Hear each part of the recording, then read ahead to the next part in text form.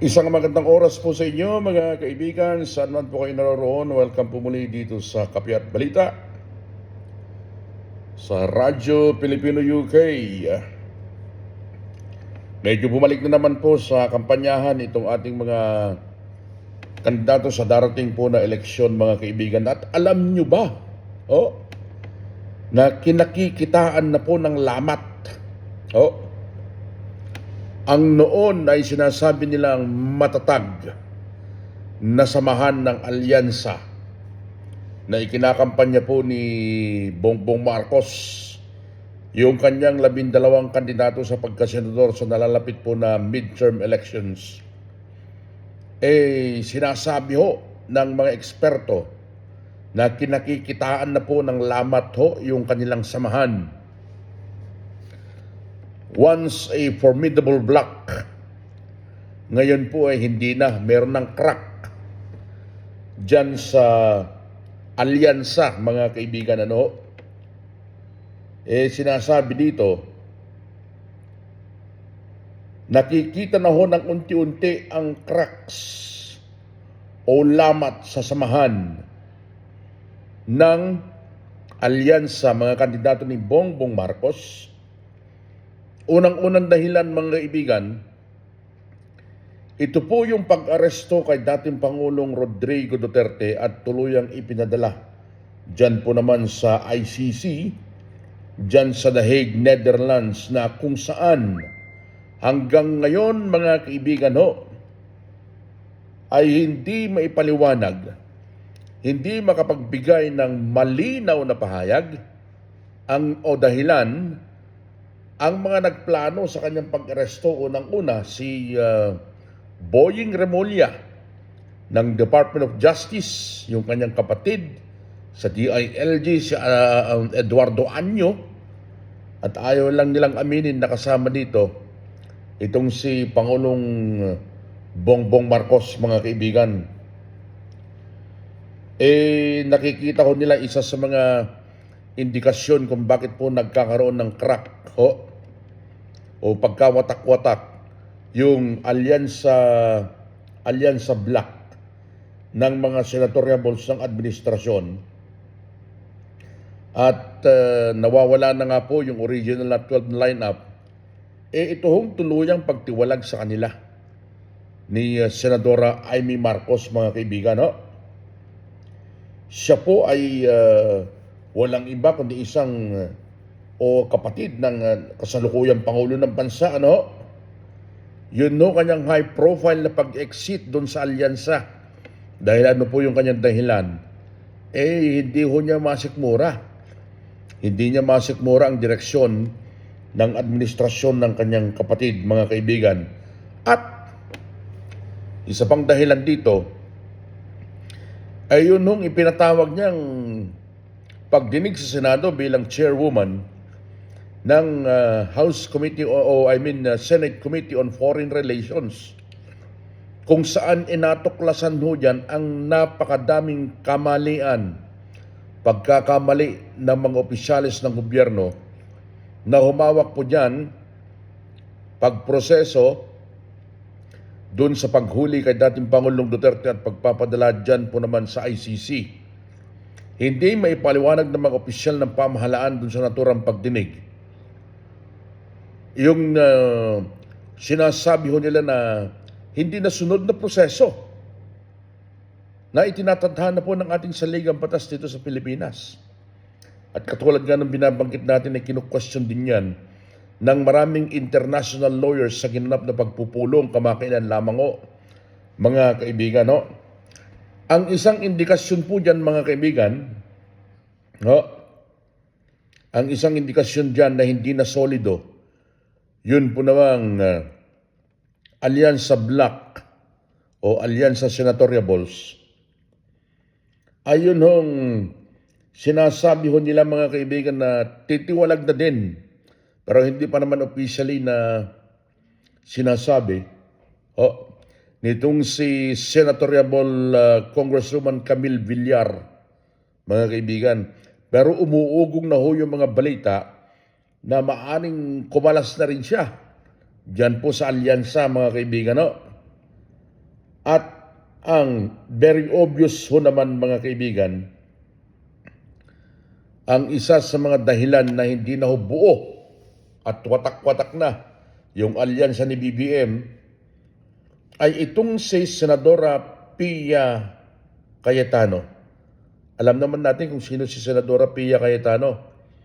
Kapatid mga kaibigan ni Senador Alan Peter Cayetano, nakasangga nitong si Senadora Amy Marcos at ni Senador Bato de la Rosa sa pagtatanong sa Senate hearing sa mga opisyal ng gobyerno kung bakit hindi po nila inobserve yung dapat sanang tamang proseso ng paghuli sa dating Pangulo at pagpapadala o bago ipadala doon sa The Hague, Netherlands, hindi ho nasunod. Itong sa Alan Peter Cayetano mga kaibigan, abogado din siya, no? Bago naging politiko. At kilala naman natin siya na siya ay tumakbong Vice President nitong si dating Pangulong Rodrigo Duterte noong eleksyon nung panahong yun mga kaibigan. No? Sila ngayon ang pilit ho na kumakalkal doon sa mga issue na dapat linawin ng mga opisyal ng pamahalaan at kapansin-pansin na hindi po siya dumalo sa isang pagtitipon ng Unified Bloc o yung alyansa. Diyan po sa isang rally nila diyan sa bahagi ng Mindanao kamakailan. Although hindi pa rin po siya nagsasalita, tahimik, nananatiling tahimik ngayon si Senadora Pia Cayetano, pero lumulutang at nasisilip nila mga kaibigan na maaring kumalas na rin siya. Dahil nga po sa yung kanyang kapatid, mga kaibigan, yung kanyang kapatid, siya yung siya yung isa sa mga investigador dyan sa ipinapatawag ho na hearing ng Senado.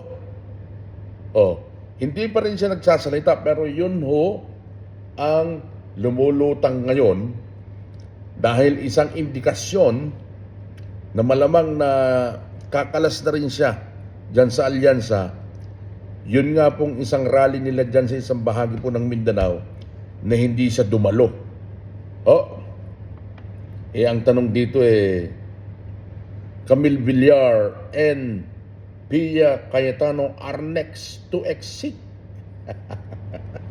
Di ba?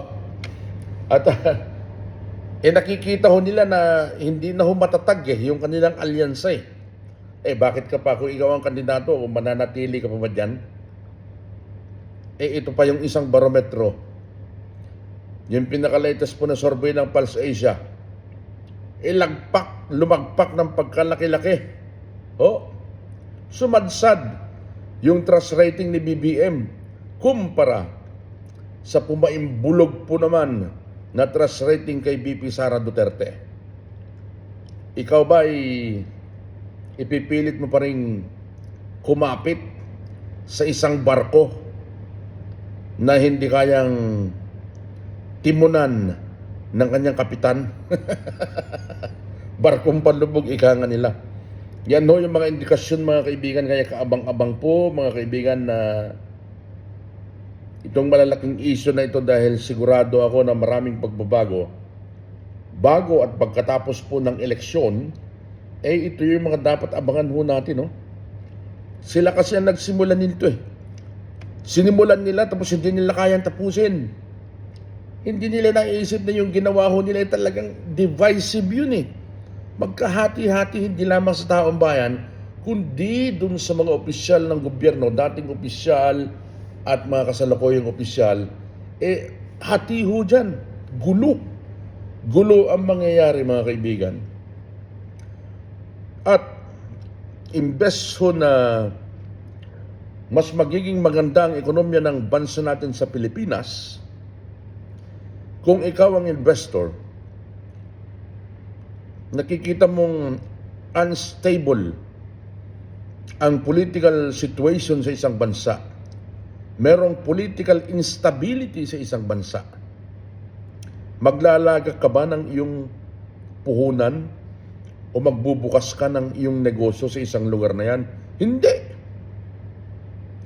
international rallies, yung mga nangyayari ngayon, yung mga sa Netherlands, sa labas ho ng ICC, walang puknat ang pagpunta ng mga tao dyan, expressing their support for the former president. Hindi lamang ho dyan sa Netherlands, kahit saan sa mundo, meron nga sa Las Vegas naglunsad ng kanilang rally, meron dyan sa Washington DC.